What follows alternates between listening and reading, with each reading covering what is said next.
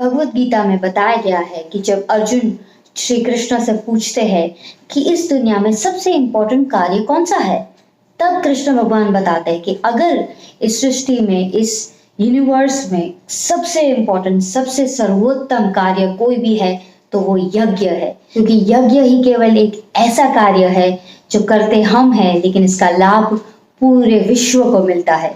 आइए चलिए कुछ जानते हैं आज यज्ञ के बारे में।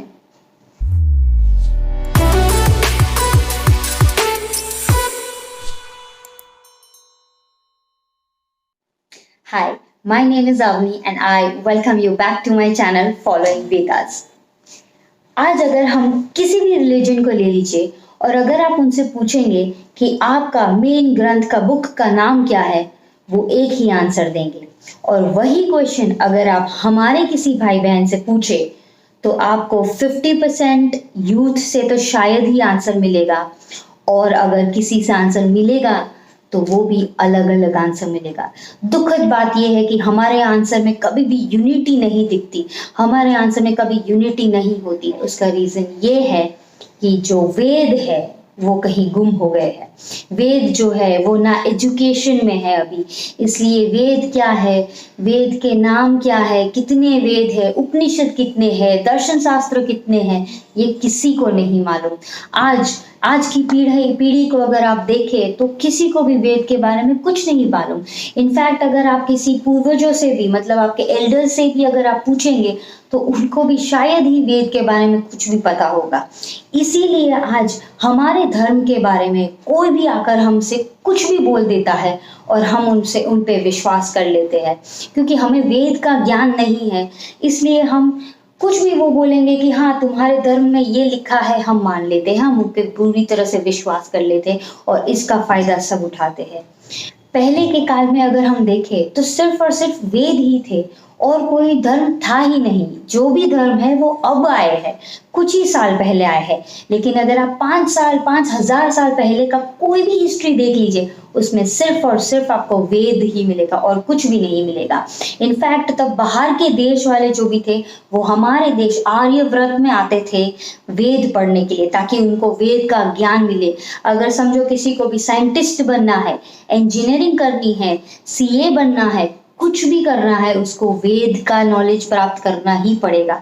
इसीलिए उनको आर्यव्रत आना पड़ता था वेद का नॉलेज प्राप्त करने के लिए। जैसे जैसे हम वेद को भूलते गए या जैसे जैसे वेद निकाल दिया गया हमारी एजुकेशन सिस्टम में से, इनफैक्ट अभी भी निकाल दिया जा रहा है वेद, वैसे वैसे हम अपने देश की वैल्यू भी डाउन होती जा रही है। अगर हमें चाहिए कि हमारा देश विश्व विजेता प्राप्त करे, अगर हमें चाहिए कि हम विश्व गुरु बने, तो उसका सिर्फ और सिर्फ एक ही इलाज है कि हम हमारे मूल ग्रंथ को अपनाएं, हम हमारे मूल ग्रंथ के बारे में जाने, हम हमारे मूल ग्रंथ को पढ़े, हम हमारे मूल ग्रंथ को का ही प्रचार करें, अन्यथा पॉसिबल ही नहीं है।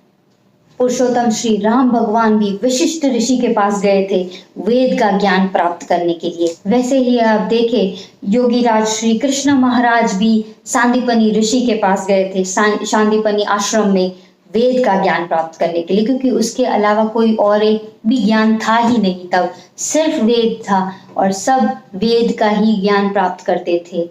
कृष्ण भगवान जो थे वो प्रतिदिन यज्ञ किया करते थे। आप किसी भी ऋषि को देखिए, महर्षि को देखिए, वो प्रत्येक कार्य से पूर्व यज्ञ किया करते थे, क्योंकि यज्ञ करने से पर्यावरण शुद्ध होता है, जिसे हम आए दिन प्रदूषित करते रहते हैं। और ये साइंटिफिकली प्रूवन भी है कि यज्ञ जो है एक साइंटिफिक प्रोसेस है, दैट इज बीन प्रूवन। न केवल यज्ञ से जीव जंतु बैक्टीरियाज मरते हैं, लेकिन इससे वायरस का भी खात्मा होता है। अगर आज हर एक मनुष्य अपने भारत में यज्ञ करता तो वायरसेस से हम बहुत ही जल्दी, बहुत ही इजीली उनसे जीत सकते थे। क्योंकि मनुस्मृति, दर्शन शास्त्र, उपनिषद, गीता, महाभारत, रामायण, किसी में भी आप देख लीजिए, सब में यज्ञ का इम्पोर्टेंस बताया है। हर एक मनुष्य यज्ञ करते हुए बताया है, क्योंकि तब यज्ञ का बहुत ही महत्व था। क्योंकि यज्ञ ही सिर्फ एक ऐसा कार्य है जो करते हम हैं, लेकिन इसका लाभ पूरा विश्व, इसका लाभ पूरे सोसाइटी, पूरे ब्रह्मांड को मिलता है। अन्यथा हम सिर्फ और सिर्फ ऐसे ही कार्य करते हैं जिसमें हमें बेनिफिट हो, जिससे हमें लाभ हो। यज्ञ जो है वो 5 टाइप्स के होते हैं: ब्रह्म यज्ञ, देव यज्ञ, बाली विष्णु यज्ञ, पितृ यज्ञ और अतिथि यज्ञ।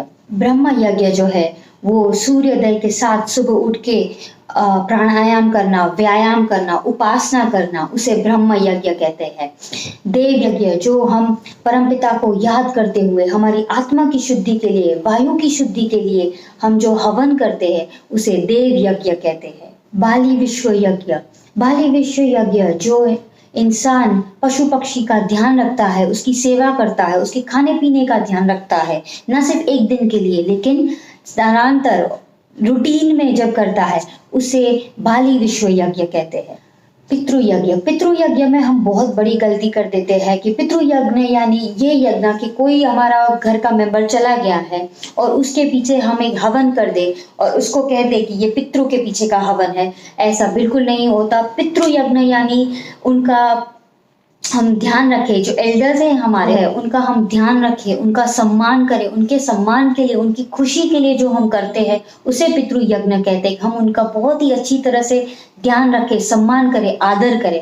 That is pitri yagya and not after he dies और नॉट आफ्टर कि वो चले जाए उनके बाद का कुछ कार्य करें। अतिथि यज्ञ, अब ये जो यज्ञ है वो हम बहुत ही अच्छी तरह से निभाते हैं। अतिथि यज्ञ यानी हम किसी भी गेस्ट जो भी आए उनका आदर करें, सम्मान करें, उनको बहुत ही आदर से वेलकम करें, उनको आने में बहुत खुशी हो। इनफैक्ट उनको ये भी मन हो कि हाँ ये प्लेस ऐसी है जहाँ मैं वापस बार बार जा सकता हूँ या जा सकती हूँ, क्योंकि उन्हें बहुत ज़्यादा सम्मान मिलता है, आदर मिलता है, कहते हैं वार्म वेलकम मिलता है।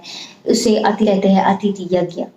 अंत में मैं आपको सिर्फ यही कहना चाहती हूँ कि अगर आपको घर स्वर्ग जैसा बनाना है तो आपको सिर्फ और सिर्फ यज्ञ करना है, क्योंकि यज्ञ यानी ज्ञान, यानी नॉलेज।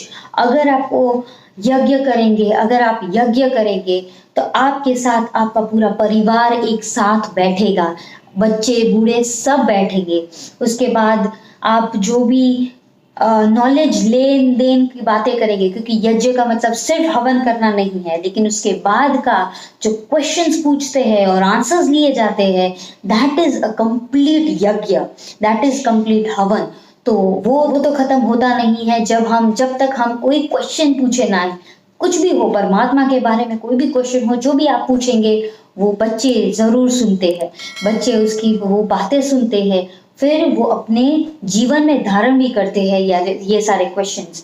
उसके बाद देखते हैं कि छोटे जो है वो बड़ों का कैसे आदर कर रहे हैं, कैसे सम्मान से बैठे हैं, कैसे चुपचाप से सुन रहे हैं। तो ये सारी बातें बच्चे भी सीखते हैं। उसके बाद हवन के बाद, यज्ञ के बाद रूटीन होता है कि सब छोटे जो है वो बड़ों के पैर छूते हैं। तो ये भी बच्चे देखते हैं कि कितने सम्मान से, आदर से सब अपने बड़ों का पैर छू रहे हैं, आशीर्वाद ले रहे हैं। तो बच्चे भी ये धारण करते हैं, उनको सिखाना नहीं पड़ता, ये खुद ब खुद वो धारण कर लेते हैं। उसके बाद जो यूनिटी है, जो सैक्रिफाइसेस है एक दूसरे के लिए, वो आप यज्ञ से एक दूसरे के अंदर आएंगे।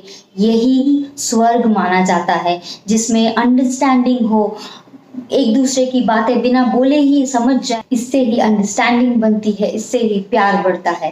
Thank you so much for watching my video till the end. अगर आपको मेरा वीडियो अच्छा लगा, अगर आपको लगता है कि मैं सीरियसली कुछ भी एफर्ट्स लेती हूँ वेदों को वापस लाने में या अपनी जनरेशन को वेदों की ओर ले जाने में, तो please do like, share and comment to my channel, subscribe to my channel. Thank you so much. जय हिंद, जय भारत।